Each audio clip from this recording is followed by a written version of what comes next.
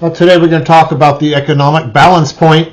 We all know heat pumps to have a balance point. When the home loses heat, call it our heat loss, and then the heat produced by the heat pump equal each other. That would be our balance point.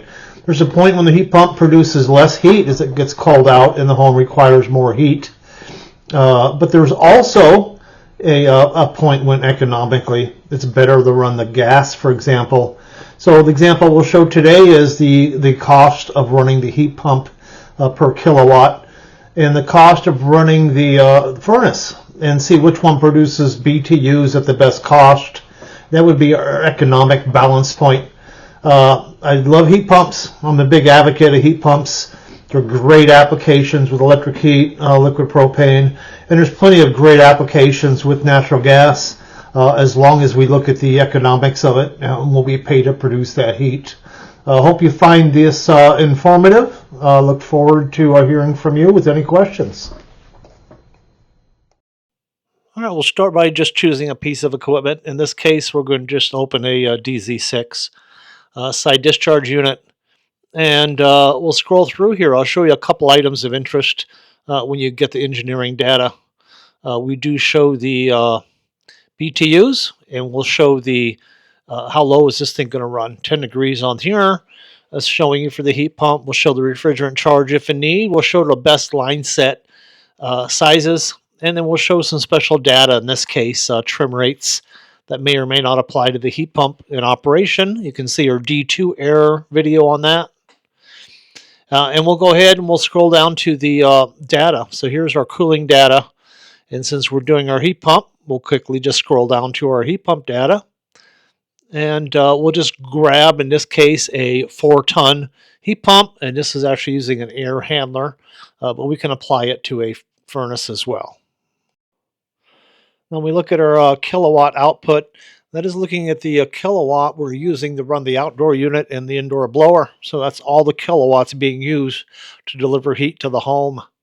And then you'll see on the top line there the actual total output. And we'll be using the 47 degree line, which is considered high output, and 17 is considered low in the heat pump world. So we'll look, in this case, we're going to produce 45,500 BTUs for an input wattage from the electricity of 4.45 thousand watts. As we run some numbers later in the video, I'll keep in mind we could use 17, could use 30, we could use 0. A lot of people like to use that number, or like to use the 47, which is normally rated the high output. A few terms to note on here: the COP, the coefficient of performance. You'll see at 47, it is a 3, which means it's 3 times more efficient than electric at producing heat. And as you see, the colder it gets, it tends to go down. Even at negative 10, we can produce 50% more with a heat pump than electric heat. Just wanted to answer a question I get on the engineering data often, is the TR, the temperature rise, and how we find that, especially on the side discharges. And we use this formula here. I did want to point out that we are using an oddball CFM. So our delta T equals the BTU divided by our CFM times 1.08. And how we find the CFM, we will go to the ARI data. So I know everyone's going to say it's a 4-ton, we need 1600 CFM. But let's just go ahead and take a look at the AHRI data for this piece of equipment. All right, quite often we can find the CFM or the AHRI number in our engineering data, but I'm going to go directly to AHRI. Find the easiest way to get the data I need, and we'll go ahead and we'll paste our model number in, and we'll do a search for it, and we'll bring it up, and we'll slide over, and we'll look at the air handler on the inside, and we'll see where we're using there, and we'll choose that ARI number off to the left. And we could scroll to the right and get some data we need, but I prefer just to click right here, and we get our data come up. And now you'll see right here, our full load cool air volume is what we're going to use on the heat pump as well, our 1380 for our 4-ton. If we scroll around, you can see the different data we get. We get the high output for heating at 45.5. We just seen that on the chart.